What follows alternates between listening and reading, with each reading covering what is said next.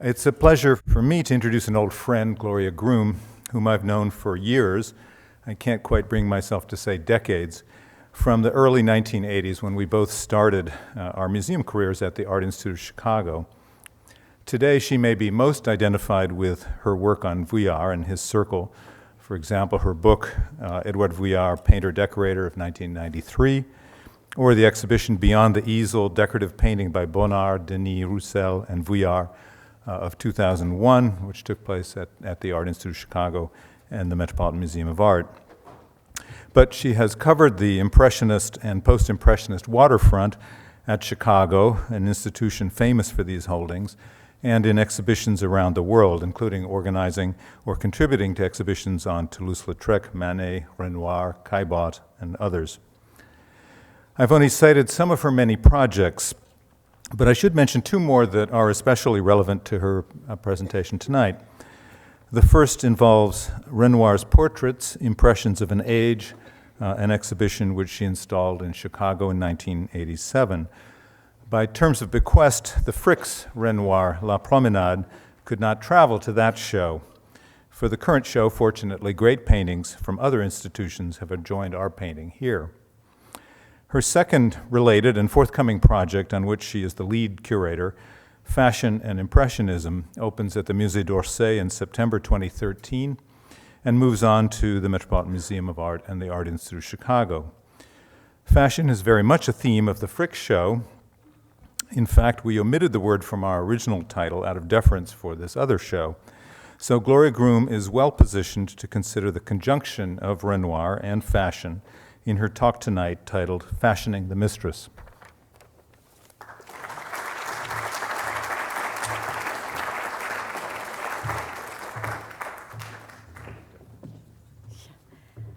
Deference. Whew. Good evening. I'm delighted to be here. It's summer in New York, and we love that. Whoops. Ian Wardropper just mentioned the exhibition that Colin Bailey did in 1998 and that I was fortunate enough to work on, at least install in the Chicago venue. So Renoir has brought us once more together, Colin. And I was delighted to read about the exhibition that you have here in the New York Times and today. Thrilled to see it. It is beautiful, it's exquisite, and I just love the fact that the kind of mauve walls are the color that you would find in Durand-Ruel's gallery, the great Impressionist dealer, so it was almost meant to be the perfect number of paintings, and I'm happy that Chicago was able to contribute the acrobats to the exhibition. Ian also mentioned an upcoming exhibition that we are organizing with the Orsay and the Metropolitan, and that is exactly coming up very, very soon. And it will also look at fashion, but not just Renoir, but other artists in the Impressionist circle, as well as artists that were perhaps not as well known at the time. But what I think is going to be really fascinating about it is that we're not only going to be talking about the intersection of the fashion industry and how artists use fashion to kind of get started as a modern life painter, it's to show themselves. But we're going to have mannequins for the first time in Chicago, at least 12 or 13 of them, to show the physical reality of fashion that I think makes such a wonderful point when you look at what the artist did with it. Because it's not about how the Impressionists copied fashion, but how they reimagined fashion for a new kind of painting. So in these next 45 minutes, I'm going to focus on the early large-scale painting exhibited canvases of Renoir and Monet, and then talk a little bit about Manet and a little bit about how they fit in. Because I don't think there's any reason really to believe that Manet or Monet, that the fashions that the models wore were always owned by the models themselves. Sometimes it was a question of fashion reimagined, and sometimes it was the artist's desire to self-fashion by mimicking modern life situations and subjects, not necessarily their own. And what I think is so special about the indépendants, these young artists, is the fact that their models were sometimes and oftentimes intimates. They were models that were very close to them, not professionals. And where I think you can find the difference between a Monet and a Manet, for example, is how their choices of fashion differ and their access to fashion. Manet and Degas, for example, would have had ready access and knowledge of significant fashions through their family relations and clients. Both of them could play with the superficial evidence of fashion to arrive at new forms and meanings. But for the newcomers, Monet and Renoir, for example, the situation was quite different. When they chose to announce themselves publicly with large-scale images of their mistresses wearing recognizably up-to-date fashion, the objection was many times aspirational and more serious, since the stakes, the cost of the materials, the canvas, and trying to get clients from these were much greater. So I'm showing you now Renoir's full-length painting of his mistress at that time, Lise, who played a very important role in his emerging career. This is the only painting he submitted to the Salon of 1868, and it is indeed the painting that can be considered launching his career. It's also an important painting for Chicago and for New York because it's never been seen in the United States. It's one of those paintings that was sold quite early to a German collector, Karl Ernst Osthaus, and since 1908 has been in Germany, and Karl Ernst Osthaus started the Folkwang Museum in Essen. So unless you're willing to go to the Ruhr Valley in Westfeld, you're not going to see it. And of course, we had to horse trade for it, and of course, we had to give up our firstborn, in this case, a Caillebotte big painting, to get it. So when it comes, we're all going to, bow down to it and let and appreciate it for the 3 months it will be with us. The model for Lise was the young Lise Tréhot, who Renoir met when he was 24. She was around 16. This is an earlier photograph of her. He met her through her sister, her older sister, who was the mistress of one of his good friends, Charles Lecoeur, at Marmont near Fontainebleau. And it was kind of a happy coincidence and kind of a package deal in meeting her because he went there often, she was there, and he could be part of this Lecoeur family who not only offered a kind of wealthy ambiance and friendship, but also they sort of talk about art, which he so much craved. Lise was his favorite model for the time period of about 1866 to 1872 when she marries a wealthy architect, and it seems that there's really no trace after that. She is the model for about 20 of his paintings. Several of them are very, very well known, and we're going to be looking more closely at those tonight. Later on, Renoir would claim he didn't quite remember her. He was shown a painting that he did of her in 1870, which I can't imagine because not only did he know her really intimately, they had a child together. So, it just seemed like, how many one-night stands can you have for 6 years? So Renoir, as I said, exhibited this at the Salon of 1868, and although it was badly placed, it garnered a lot of attention. The naturalist writer Émile Zola pointed out that the model was not one of our women. The model was one of our women, one of our mistresses, rather, painted with great truthfulness and a successful quest for the modern. And he saw her as a sister to Monet's Camille. Now, here he assumes that the art-going public is going to obviously bring up a painting that Monet exhibited 2 years earlier at the Salon of 1866, and like Lise was for Renoir, this was really his launching pad. This was kind of his prix de Rome to be noticed by the larger public. But many people would have understood this reference. And I should just make an aside here. Camille is also one of those paintings that left France early, that's been in Bremen for a long time, and it was another one of those paintings for which we have given blood. So when it comes to New York and Chicago, again. And to me, these are the two critical paintings of the entire exhibition, without which we would not have had this exhibition, as I said, in many letters to them. And because it really shows them announcing themselves, as kind of advertising themselves as the modern life painter, as the painter of Baudelaire's need to show people in their modern dress.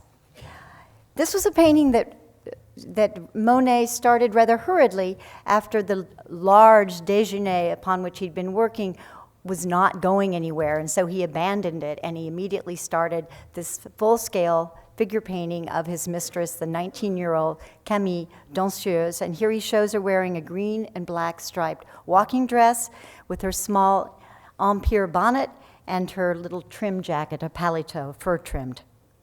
Now, of course, the caricatures in the salon immediately pointed out what was wrong with Camille, and what was wrong with it was that it was a very unconventional type of portrait. It was, for example, like Lise, only her first name. Portraits typically were Monsieur, Madame X. They had something, they had titles, there was something that gave where they connected. And here was a young woman who doesn't even have a last name. So it's showing not only Monet's relationship to her, but also the very informality of this kind of portraiture. And it's on a huge scale that would have been typically reserved for more royal or distinguished personages. And secondly, it deviated from bourgeois portraiture, whose primary characteristic was to be loyal, to show their physiognomic details. Moving away from the viewer, Camille was deemed familiar as a type, but, as the aesthetician Charles Blanc said, not quite a portrait. Appropriately dressed for the street, she is set against a dark red curtain in a neutral space. Her monumental figure stood apart as well from the smaller anecdotal genre scenes by artists like Alfred Stevens and Auguste Tollmuche, artists who were incredibly popular at the time, which showed fashionable women in a narrative, looking at a letter, longing for a lover, in a decorative interior. As this and other caricatures indicate, the painting offered mixed and confusing codes, since it presented this large-scale portrait of a nobody, and because it denied the viewer any kind of context would have helped them to understand it. Instead, the only information resides in the dress, like a fashion plate, with its exaggerated train. As the caricature by Bertal says, Camille ou la souterraine, he's punning on the idea of a train, which in France both means the locomotive and it means the actual train of the dress. And he's showing her the train, and he's showing her literally hors cadre, that she's spilling out of the frame, she's out of control. Or, as Zola put it in his otherwise very positive review, plunging into the wall as if there were a hole there. But however far her facial characteristics fell from true portraiture, the dress itself was very portrait-like and recognizable from fashion plates that were just a couple of months off from the time that he was painting it. So the dress existed, and that's a very important point in our exhibition and in this talk. But the problem with this exhibition and the problem with this period is great paintings came out of the 60s and 70s, not great clothes, because it is a period of beginning of democracy, it is a period of the department store rising up, and we're talking about upper middle class, and so a lot of these have not survived. They were worn to death. And trying to find the right silhouette, trying to find the right fabric has been an endeavor that has cost a lot more time than I ever expected to. Here's the closest we could get to Camille's dress. We know stripes were de rigueur that season, but we could only find this wool dress, not the satin or silk that he represents in his painting, walking dress in an English collection, an English dress that takes up the French style. For Zola, it was the dress which singled the dressee. Notice the dress, he said, how supple it is, how solid. It trails softly, it is alive. It declares loud and clear who this woman is. But who the woman was remained a question. 2 years later, when the painting had still not sold, Monet exhibited it at the Exposition Maritime de Havre, and there a critic saw that it was only a pretext, but a pretext for the most splendid dress of green silk ever rendered by a paintbrush. But he went on to say, she is provocatively treading the sidewalk. She is not a woman of the world, she's just a Camille. So you have that kind of double-edged sword. You have on the one hand, he's comparing the artist to Veronese, someone who is absolutely astoundingly good at painting silk. On the other hand, he's saying the person who's wearing that silk is a nobody, not only a nobody, she's probably not a nice nobody. She's a woman of, questionable, she's a Camille. Part of the ambiguity expressed by the reviewers stems from the way the dress seemed to relate to the wearer. The caption that accompanied the very first character I showed you, and I'll have to go back 6, so I'm not going to do it, insinuates that she's sucking her thumb, and it insinuates that she is childish, that she's dressing up, that the clothes are too big, they're too large for her. The idea of borrowed luxury, that the dress was not necessarily form-fitting or made to measure, is implied as well by the too long, the dragging train. Despite Monet's choice of serious fashion with which he wanted to dress up his mistress, both sartorially and sociologically, the fit of the model to dress seems to have been less convincing. The trendy silhouette and the sumptuous fabrics featured in Camille's robe de promenade would have been outside the reach of most lower and middle class, and it is unlikely that Camille, the daughter of a Lyonnais merchant, perhaps in the textiles trade, we don't really know, it is likely that she could have afforded the dress since she had basically been cut off from her family when she threw in her lot with this impoverished artist.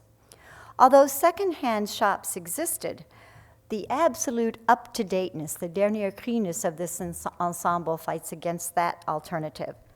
So the most probable hypothesis is the one that Monet would have borrowed this dress from his friend, the artist Frédéric Bazille, whose studio he sometimes shared, because we know from a letter that Bazille complained to his mother in the summer of 1865 of having to buy materials to make his art, the canvas, the paints, but also having to rent a green satin dress and a rug, among other things. Now, the mention of the rug is also interesting because we know from the conservation research that was carried out in Bremen recently that not only did Monet change the shape of Camille, he changed it several times. He brought up the hemline so she would have a more movemented gait. He extended the train a little bit so that it was fuller, not so it was always long, but also that she was originally not seen against this neutral background, but rather on some kind of a rug, an oriental rug.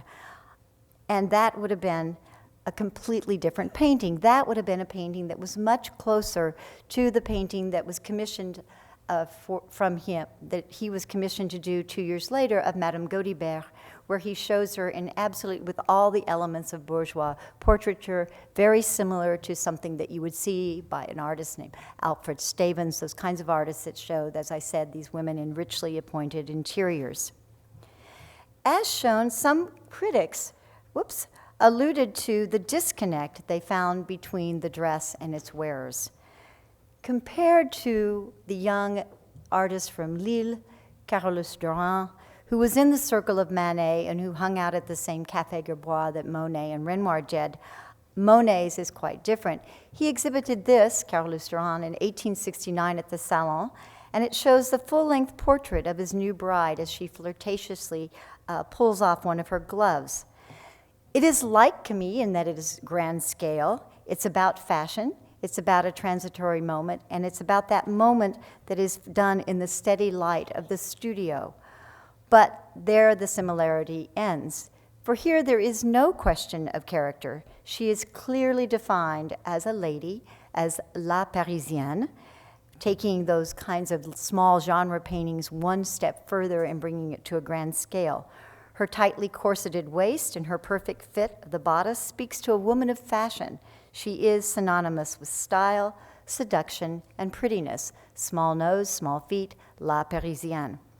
So while Monet's Camille fell short of that confident appraisal and recognition, the fact that it was acquired in 1868 by the prominent editor Arsène Houssaye, who was the editor of L'Artiste and who was famous for having said that a Parisian can happen 2 ways. 1, she's born that way, or 2, she dresses that way. He bought the painting in 1868 for 800 francs, which was a fortune for Monet at that time, And the fact that he was commissioned soon afterwards to make a copy, a réplique for an American client, and the painting was done for the Galerie Cadar, but it went to America, shows that even though it was complex and it was perplexing for a lot of people, it was still a predominant painting that was well-liked, that was a symbol of femininity and fashion, and which, as it went to America, like French fashion itself, was an export commodity. Now, Renoir's Lise did not have that same happy fate, and was in fact, as Colin Bailey has written in his catalog, dismembered or at least taken off the stretcher bars and forgotten about, left it for his landlord as a kind of a security deposit for about 5 years later until it was bought by Théodore Duret, the art historian. So it wasn't as happily placed. But like Monet's Camille, Renoir again titled it by the familiar, and the painting was judged not by the standards of portraiture, but as a type. Renoir could dream of creating a modern history painting, and he wanted Lise to be part of that dream. So in a year earlier, before he exhibited Lise, he had tried her out as a Diane figure, with the deer, with the bow and arrow, trying to make modern history painting using a woman of his time, in this case his mistress. That was rejected from the salon, and so having failed at that, he went back again to the woman in the forest, probably at Chailly. Again, Lise is more ambitious than anything he had ever undertaken to that date, painted wet on wet with soft greens and browns and heavily impastoed whites to create the look of this gauzy fabric she wears. The parasol, covered with black lace, makes the white material of her dress appear radiant, barely broken by the delicate blue shadows, highlighting the effect of light in nature, which contemporaries recognized as the truly modern quality of this painting. But of course, that same light, that same shadowing of her face was lambasted by the caricaturist who pretty much showed her decapitated. And while Renoir's accentuating of her contemporary clothes and withdrawing her face to turn Lise into sort of an embodiment of the Parisienne out for a stroll, critics saw it much differently. In fact, one of the critics saw right through it, as he wrote, "The Lise of Monsieur Renoir completes an odd trinity that started with the very strange, powerfully expressive and notorious Olympia, and in the wake of Monet was soon to create his Camille, the beauty in the green dress, putting on her gloves. Here now is Lise, the most demure of them all. Here we have the charming Parisian girl in the Bois," probably meaning the Bois de Boulogne, alert, mocking, and laughing, playing the grande dame, somewhat gauchely, savoring the shade of the woods for all the agreeable diversions that may be had there, the dancing, the open-air cafes, the fashionable restaurant, the amusing dining room fashioned from a weird tree. But this same critic went on to describe, that narrative is a little over the top. There's not much to go on for a restaurant and, place to eat. There's nothing going on. But he went on to describe almost perfectly the fashion and the light effects that made Lise stand out so distinctly. Her hair is adorned with a dainty straw hat. She wears a white dress drawn in at the waist by a black sash. A parasol shields her face. She stops among the forest trees in a ray of sunlight as if waiting for a friend. It is an original image. The painting has great charms, beautifully rendered effects, a delicate scale of tones, a general impression that is unified and clear and well-conceived lighting. So while his narrative is far-fetched and the sentiment is real, and he went on to say that this painting had the suavité of a Reynolds, a painter that Renoir would have loved to have been compared with, a painter who also painted women in white dresses in these kind of forested environments. And it is interesting, I've just picked one that happens to have a woman carving her name on the tree, because in this same Lise, on the tree, Renoir has painted his initials as if they are carved. Now, Renoir, who had knowledge and access to fashion through his father's business, his father was a tailor, would have also known about the power of pure white, a white made possible in the 19th century through modern techniques of textile refinement. For women, whites, fabrics in particular, were good for the complexion. And beyond that, in that time, bourgeois society, whites suggested associations with ethical values, symbolizing virginal purity, noble tenderness, gentility, all of which, of course, Renoir would have wanted to be perceived as in his picture of Lise. Summer gowns, such as that worn by Lise and also in James Tissot's 1864 Salon of Submission, Two Sisters, made of delicate white muslin, were very much de rigueur for these kind of sojourns in the woods. They allowed the skin of the arms and the décolletage to glimmer through the fabric. But the dragging train that Lise has suggests that she is definitely without the crinoline hoop, just as Camille was without the crinoline, which is why her dress seemed to go on forever and go through the hole in the wall. Now, this kind of crinoline, non-crinoline look would have been permissible in a sort of informal environment as a walk in the woods. However, there's something else going on with Lise that is not so permissible, another missing ingredient, and that is the corset. Now, if she was properly corseted, her shoulders would be up, her bust would be out, she would be like that, as you are wearing a corset, as everyone wore corsets even when they were in their interiors. And it's perhaps this very unstructured component of the painting that led one caricaturist, where he projects her as a giant round of camembert holding a parasol. Sort of that formless, doughy, and one critic, of course, that is just a fat girl in a white dress. And where was this outfit procured? The fact that Renoir painted the same white muslin dress on at least 2 other occasions, just changing the color of the sash, suggests that it probably was Lise. And I'm still confused about how, even if he got it out to the forest of Fontainebleau, how he, it's dragging. It's just going to be a mess. But probably she owned it. It wasn't rented.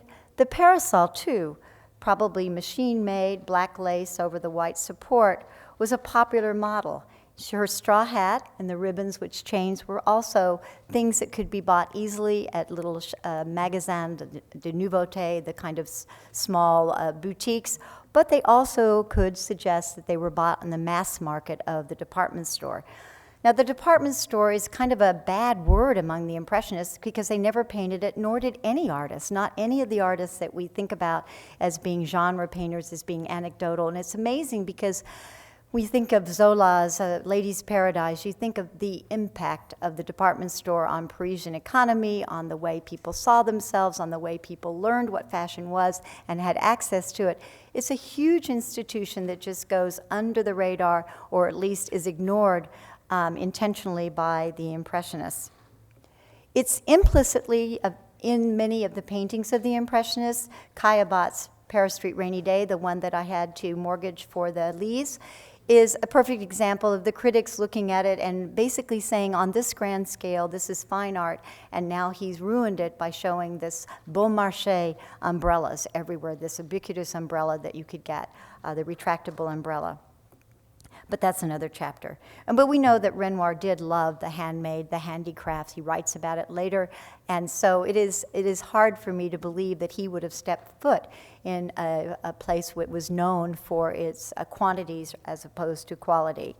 Now, it's possible that Lise made her own clothes. There is a reference to her being a seamstress. We have no real evidence.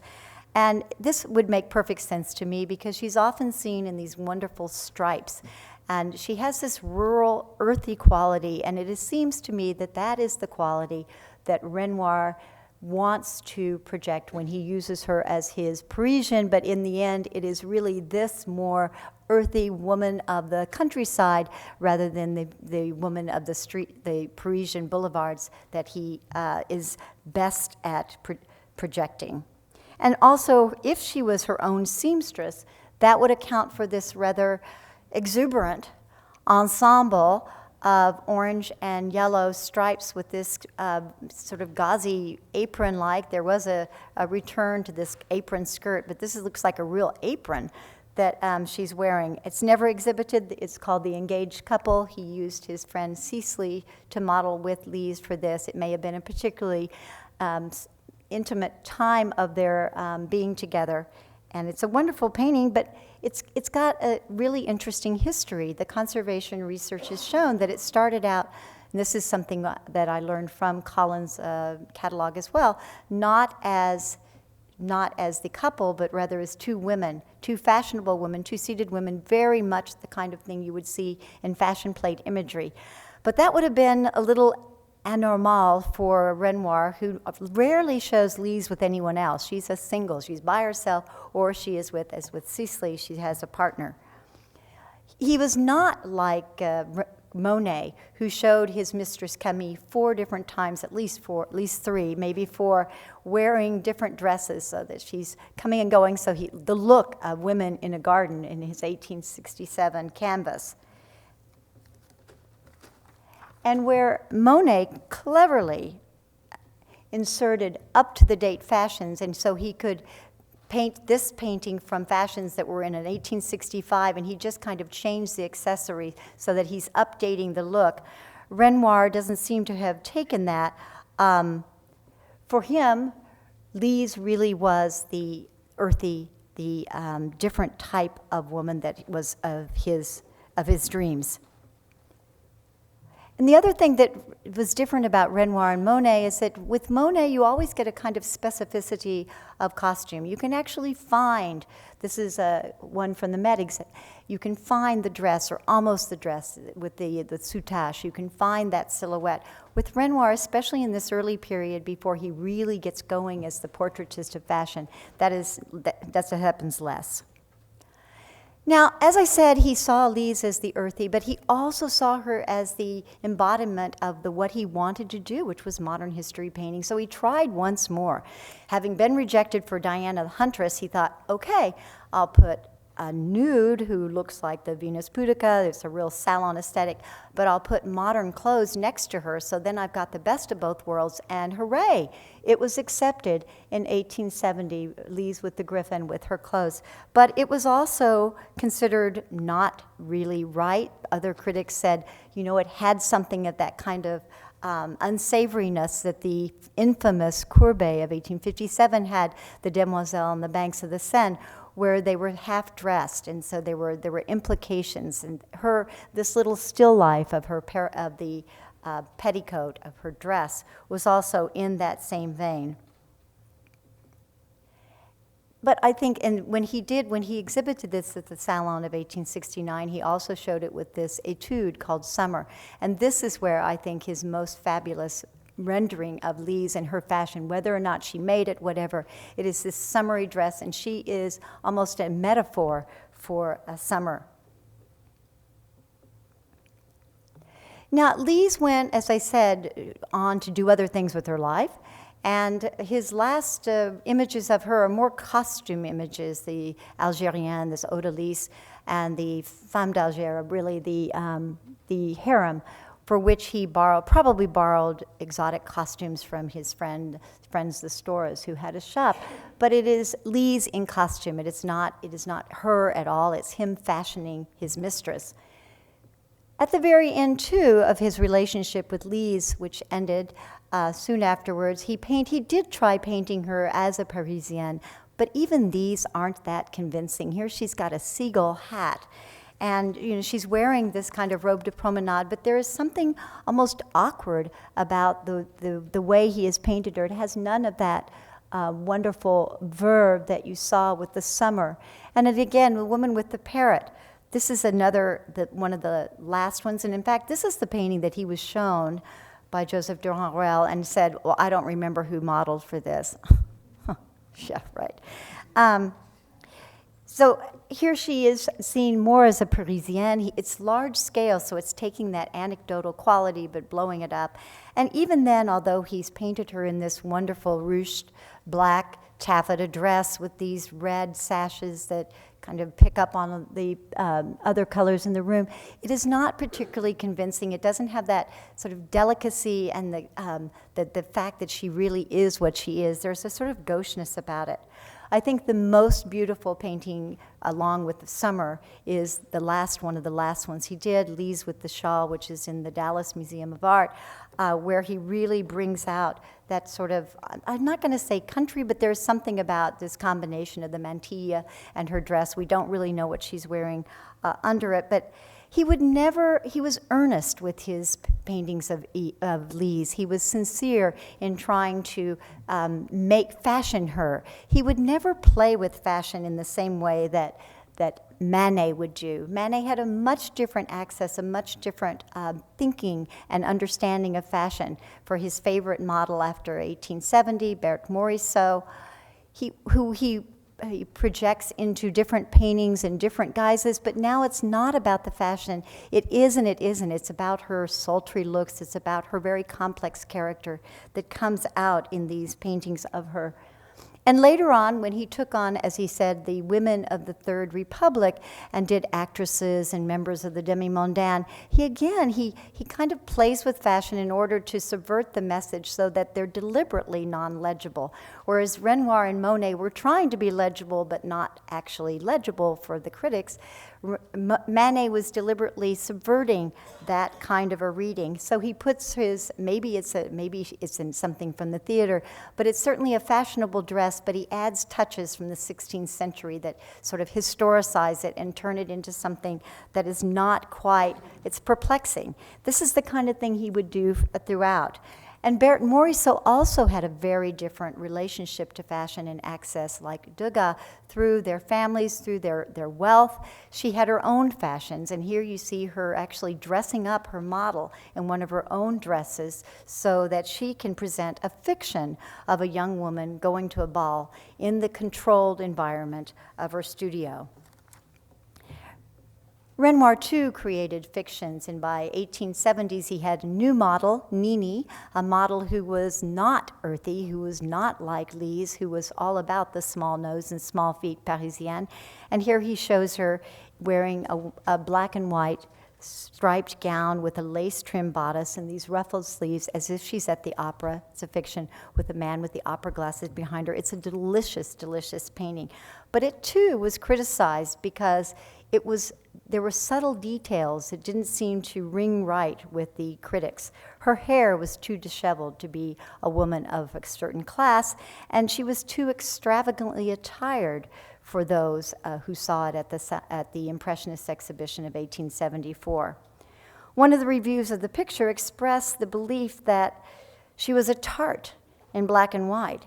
The tart in black and white will attract attention to her reprehensible charm and by the light and joyful luxury of the fabric. So that's kind of a mixed compliment. And again, we don't know where he obtained this outfit. I mean, this is definitely a step up from anything that Lise had ever worn. We don't know if Nini, probably not, if he had that, if he borrowed it, if he knew someone who had this. We know, however, that it's real. We know, I've taken Aline Ribeiro, who's going to be speaking one of these evenings, has absolutely said that this kind of an outfit could have existed, so it's not just a made up. It's real, but it's something, he's missed something about it that would make it more legible. His more reliable access to fashion came through his increasingly profitable portrait commissions. In 1874, he painted the wife of a music editor, Madame Hartmann, in full scale, presiding over her richly decorated home. And the full-length portrait, which you are so lucky, this is another one of my, I wish, to have in this exhibition from the National Museum of Wales in Cardiff, shows how he takes that idea of the commissioned portrait and goes out on his own to take a young model who was his favorite at the time, Henriette, and to do something that is similar but quite different. And I think the point of this comparison, because they're both large scale, is that one is commissioned and one is Renoir fashioning his mistress.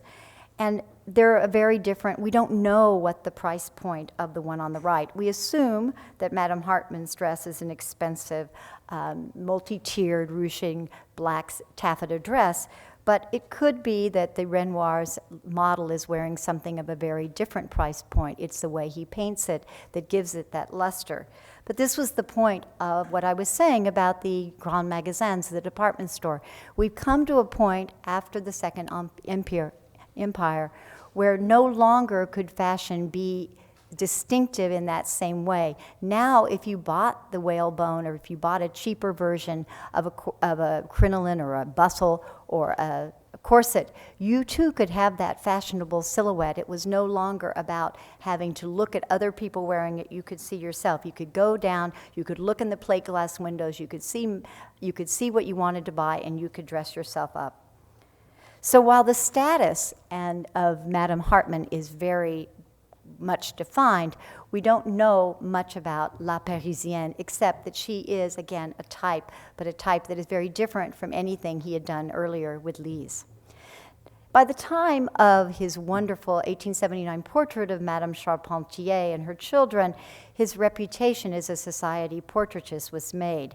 And this put him in contact with not only the upper, wealthier clients, but also with grand fashion, serious fashion, the kind of fashion that Worth, as her dress is, made for preferred clients like Madame Charpentier. And the caricature on the right simply says, you know, I told you it's a Worth, I recognize his touch. So the idea of the slippage between an artist who is a designer at haute couture and the artist who is a painter, and you seeing both looking at paintings to look at their dresses, as Madame Charpentier was talked about, not only about her character when they saw this portrait, but about the dress she was wearing. That same year, Renoir and his brother Edmond began working for La Vie Moderne, which was the magazine that Georges Charpentier had founded, which was all about how to be fashionable, all about theater and what to wear and where to wear when and who to see. And he became one of the great illustrators for the great draftsman for this particular publications. So now he's a featured artist about everything that is fashionable. And in the years following the fall of Louis-Philippe's court, fashion was less about a particular dress code, as it had been in the earlier decade, than about fashionability, which had to do with a greater freedom and an interest in those down hours, the offstage presence. And with the change in standards of dress brought about by the Grand Magasin, by the accessibility and availability of clothes, the codes for modernity through dress shifted as well. So Renoir's After the Luncheon Scene can be looked at as a painting about fashion, women in their feathery hats and lacy fichus, but it's also a painting about women who are enjoying a newfound freedom on the terrace of a cafe, maybe after a shopping trip. The old adage, it's not what you wear but how you wear it, is implicitly expressed in many of the Impressionist compositions of the 1870s and especially Renoir's. New codes for fashion meant new choices to make towards different goals. Monet, who had won public approval with his grand-scale Camille by choosing a widely advertised, up-to-the-moment dress, after 1879, after Camille's death, returned never to go back to the painting of La Parisienne, to the painting of the fashionable woman. Renoir, on the other hand, went on to paint both his now fashionable clients and his intimates, his muses, Parisians, and later girls from the country, with no less earnestness, but never adopting the more challenging plays on fashion, poses, and gaze that Manet and Degas would make their own. To be à la mode is to risk being démodé, out of style. Sargent, we know, preferred painting ball dresses because they didn't go out of style that much. So he felt like that was a gauge of his eternal presence. What is more enduring in paintings and in life is fashionability, the way things are worn, how they look, and how they seem in a painted state at the artist's command. In the 1880s, Renoir painted his exuberant series of dancing couples, calling them indifferently city and country without specifically addressing one or the other except through the fashion. Remarking about these works, which are shown at the 1883 Salon, Philippe Berti said that They were not so much about narratives that are so dear to the French imagination, but, as he continued, I can see in them only an art that is skilled in painting faces flushed with pleasure, relaxed by delicious fatigue, an art that makes clothing that is cut well and worn well seem elegant and distinguished.